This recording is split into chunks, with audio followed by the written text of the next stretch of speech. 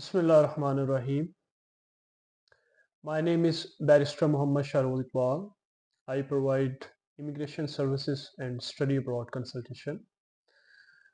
आज की इस वीडियो में हम एक्सप्लेन करेंगे pre action protocol. Pre action protocol for UK visitor visa refusal. देखिए, जब आपका यूके का विजिट वीज़ा रिफ्यूज़ हो जाता है, रिफ्यूज़ल लेटर में वो किसी जगह भी मेंशन नहीं करता कि आपको कोई अपील का राइट है या एडमिनिस्ट्रेटिव रिव्यू का राइट है। लेकिन जो कानून है वो ये कहता है कि आप इस फैसले को अदालत में लेके जा सकते हैं। अदालत में आप जुडिशल रिव्यू के ज़रिए लेके जा सकते हैं। लेकिन यूके में कवानीन ये कहते हैं कि किसी भी लिटिगेशन को स्टार्ट करने से पहले प्री एक्शन प्रोटोकॉल्स होते हैं। प्री एक्शन प्रोटोकॉल्स का मतलब ये होता है कि दोनों पार्टीज़ एक दूसरे को अपना क्लेम बताती हैं, अपना बताती हैं कि इशू क्या है और मैटर को कैसे रिज़ॉल्व किया जा सकता है, ठीक है? इसको जो लीगल लैंग्वेज है उसमें बोलते हैं अल्टरनेटिव डिस्प्यूट रेज़ोल्यूशन, यानी कि कोर्ट के बाहर पार्टीज़ आपस में सुलह कर लेती हैं, एक फैसले पे पहुँच जाती हैं, ठीक है? इसको बोलते हैं प्री एक्शन प्रोटोकॉल सादा अल्फाज में, ठीक है? अब इसमें क्या होता है कि आपका यूके का विजिटर वीज़ा रिफ्यूज़ हो गया।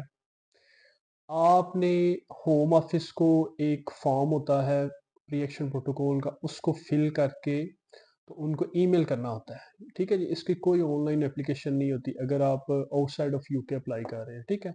और इसकी कोई फ़ी वगैरह भी नहीं होती और इसके कोई टाइम लिमिट भी नहीं है, लेकिन अमूमन बेटर ये है कि आप विद इन 3 मंथ्स जो है डिसीजन आने के वो अप्लाई कर दें, ठीक है। और इसके कोई लिमिट भी नहीं है कि आपने सिर्फ एक दफ़ा ही आपने प्री एक्शन प्रोटोकॉल फाइल करना है।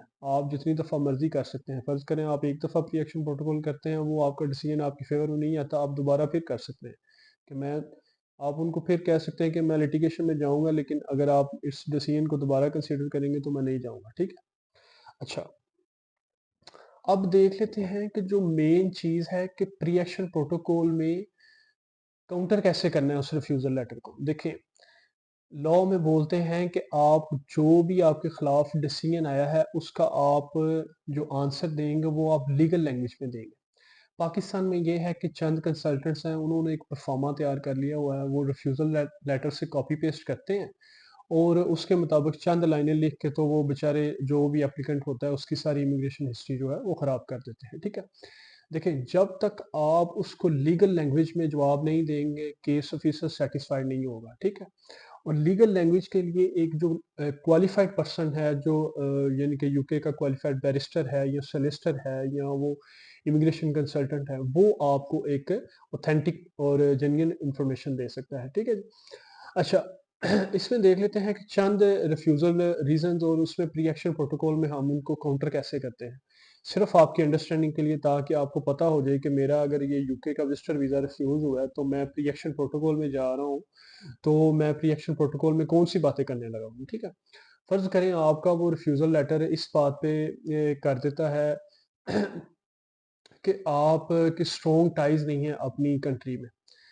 अब स्ट्रॉन्ग टाइज़ नहीं है, लेकिन आपने अपना वो इस चीज़ को वो केस ऑफ़िसर जो है वो गलती कर गया है कि उसने आपकी जो वीज़ा एप्लीकेशन में सपोर्टिंग डॉक्यूमेंट्स में आपने जो एफआरसी, एमआरसी, अपने एसेट्स के डॉक्यूमेंट, अपनी एम्प्लॉयमेंट के डॉक्यूमेंट्स या कुछ और इस तरह के डॉक्यूमेंट्स लगाए थे जो इस चीज़ को इंडिकेट कर रहे थे कि आप दोबारा पाकिस्तान में आएँगे और इस चीज़ को अपनी रिस्पॉन्सिबिलिटीज़ को कंटिन्यू करेंगे, वो उसने कंसीडर ही नहीं किया, ठीक है? तो एक ये हो सकता है कि कोई ऐसा डॉक्यूमेंट जो केस ऑफिसर ने इग्नोर कर दिया हो और उसकी वजह से उसने आपका वीज़ा रिजेक्ट कर दिया हो, ठीक है। एक फिर इस तरह हो सकता है कि वो अपनी एक पर्सनल अजम्पशन पे फैसला कर देता है। फर्ज करें कि यंग बंदा है, वो अप्लाई करता है वीज़ा के लिए, तो वो ये कहता है कि आप यंग हैं, आप इस कंट्री में आके रह जाएंगे, आप वापस नहीं जाएंगे। अच्छा, वो इस चीज़ में ये नहीं देख रहा कि ये जो यंग पर्सन है, ये इधर पाकिस्तान में स्टडी कर रहा है, अभी उसकी 2 साल की स्टडी कंप्लीट हुई है या साल की हुई है, वो एक डिग्री में एनरोल्ड है और उसने अपनी यूनिवर्सिटी से नो ऑब्जेक्शन सर्टिफिकेट लिया है, लीव सर्टिफिकेट लिया है और उसने अपने साथ क्वालिफ़िकेशन जितनी कंप्लीट हो चुकी है और जितनी बाकी रहती है, वो भी उसने यूनिवर्सिटी से लेटर लिया है। लेकिन उसके बावजूद जो है वो केस ऑफिसर जो है उसने उसका वीज़ा जो है वो कैंसिल कर दिया कि ये पाकिस्तान में वापस नहीं आएगा, ठीक है। हालांकि साफ हम डॉक्यूमेंट साथ अटैच कर रहे हैं कि ये अपनी डिग्री कंप्लीट करने के लिए वापस पाकिस्तान में आएगा, ठीक है जी। अच्छा, इसी तरह एक हमारे पास केस आया, उसमें ये था कि उस बंदे ने 2 बैंक स्टेटमेंट्स लगाई थी। वो सैलरीड पर्सन था। एक उसकी बैंक स्टेटमेंट थी जिसमें उसकी सैलरी आ रही थी और एक उसकी बैंक स्टेटमेंट थी जिसमें उसका सेविंग अकाउंट था और उसमें उसने सेविंग की हुई थी। उसमें केस ऑफिसर ने क्या किया कि उसने सिर्फ सैलरी बैंक अकाउंट की स्टेटमेंट को देखा और उसने कहा कि इनसफिशिएंट फंड्स है, ठीक है। उसने वो जो सेविंग बैंक अकाउंट की बैंक स्टेटमेंट थी उसने उसको कंसीडर ही नहीं किया, ठीक है। इस तरह उसने मिस्टेक कर दी, यानी कि मिस रीडिंग कर गया, वो मिस जजमेंट कर गया केस ऑफिसर, ठीक है। फिर आगे आ जाते हैं, एक केस मेरे पास आया, उसमें ये था कि जो बैंक स्टेटमेंट थी उसमें एक लार्ज अमाउंट ऑफ डिपॉजिट हुआ था चंद दिन पहले वीज़ा एप्लीकेशन में।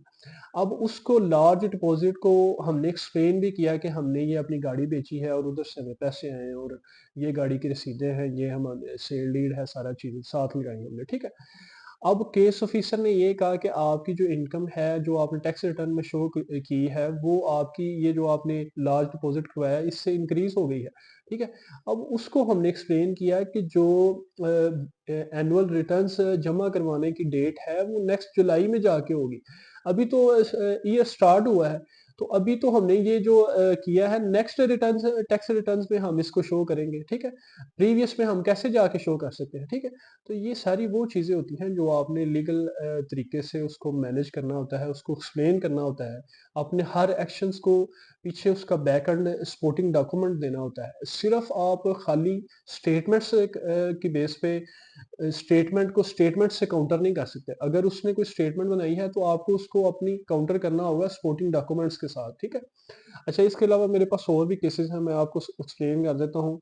फर्ज करें उसने जो आपकी बैंक स्टेटमेंट है, उसमें उसने मिस कैलकुलेशन कर दी है। वो कहता है कि फंड्स जो हैं वो इनसफिशिएंट है।